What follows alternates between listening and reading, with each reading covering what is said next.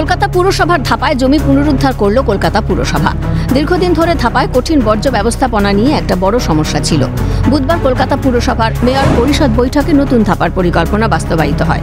দীর্ঘদিন ধরেই পরিকল্পনা ছিল কলকাতা পুরসভার ৭৩ হেক্টর জমিতে ধাপাতে শহরের বর্জ্য প্রক্রিয়াকরণের জন্য আরেকটি নতুন প্ল্যান্ট তৈরি করা হবে।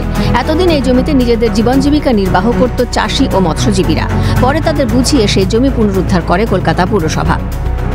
বৈঠকের পরে কথা জানান কঠিন বর্জ্য ব্যবস্থাপনা বিভাগের মেয়র পরিষদ দেবব্রত মজুমদার। তিনি জানান যে ক্ষতিপূরণ বাবদ ২৭ কোটি টাকা বরাদ্দ করা হয়েছে। মেয়র ফিরহাদ হাকিম জানান ক্রপস কম্পেনসেশন দেবে কলকাতা পুরসভা। বিকল্প ধাপা হবে ট্যাংরা ৫৮ নম্বর ওয়ার্ডে। ওটা একটা ক্রপ কম্পেনসেশন, ওখানে কিছু জায়গায় চাষ করে সেখানে ক্রপ কম্পেনসেশন দেওয়া হবে।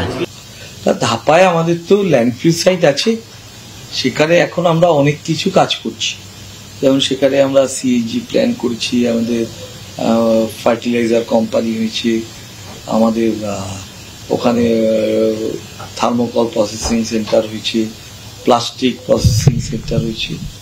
তো আমাদের কিছু জমির প্রয়োজন ছিল, সেই জন্য জমিটা কলকাতা কর্পোরেশনের, সেখানে অনেক মানুষ থাকেন যারা সেখানে জীবিকা নির্বাহ করেন, তাদেরকে সোলারিয়াম দিয়ে আমরা সেই জমিটা নেওয়ার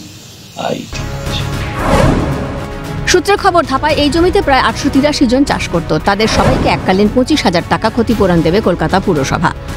বর্তমানে বাইপাসের ধারে ধাপায় প্রতিদিন ৪,০০০ টন জঞ্জাল কলকাতা পুরসভা সহ বেশ কয়েকটি পুরসভা থেকে আসে, অথচ তার মধ্যে মাত্র ৫০০ টন জঞ্জাল প্রক্রিয়াকরণ করা সম্ভব হচ্ছে।